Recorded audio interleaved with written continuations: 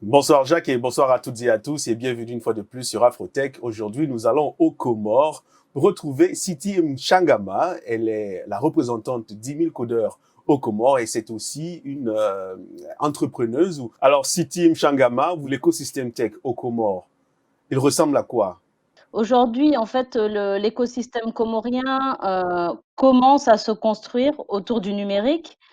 Ça fait partie des projets de l'État comme des entreprises en fait qui existent déjà ici et qui commencent tout, tout doucement à avancer dans le numérique.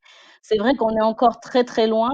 On a une couverture déjà au niveau d'Internet qui est très très basse par rapport à la totalité de la population, où on a un habitant sur 10 qui a une connexion Internet. On a quand même une agence du numérique qui a été lancée, qui s'appelle l'ANADEN, donc ça c'est national. On a pas mal d'associations comme l'Actic, par exemple, qui accompagnent des projets orientés numériques ici aux Comores. Les entreprises ne sont pas encore, on n'a pas encore une économie numérique et c'est vrai qu'avec 10 000 codeurs, on souhaite accompagner cette émergence du pays dans le domaine du numérique. La place de la femme dans l'écosystème tech aux Comores. Dans le numérique, on a juste depuis l'année dernière, une nouvelle association qui a été lancée de femmes comoriennes dans le numérique.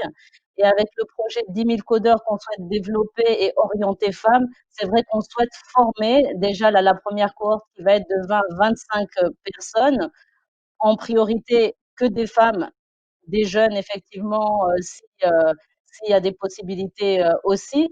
Mais l'idée, c'est vraiment de les former dans le développement d'applications mobiles, mais aussi de sites internet pour qu'elles puissent travailler des Comores pour des entreprises aux Comores, mais aussi au Canada, en Europe, là où tu es aux États-Unis, pourquoi pas aussi. Il manque juste la formation pour pouvoir développer les premiers éléments et avoir les moyens de pouvoir se développer. C'est ce qu'on va essayer de faire ensemble. Souvent, on reproche à la jeunesse d'être très orientée vers l'Occident et ne pas regarder à l'intérieur même du pays, du continent, pour trouver des solutions directes locales. Quelle est votre lecture sur ça? En fait, on a développé un certain mindset qui est bloqué, en fait, qui nous donne l'impression que pour se développer, il faut aller ailleurs. Et rien qu'en étant en France, par exemple, on a réussi.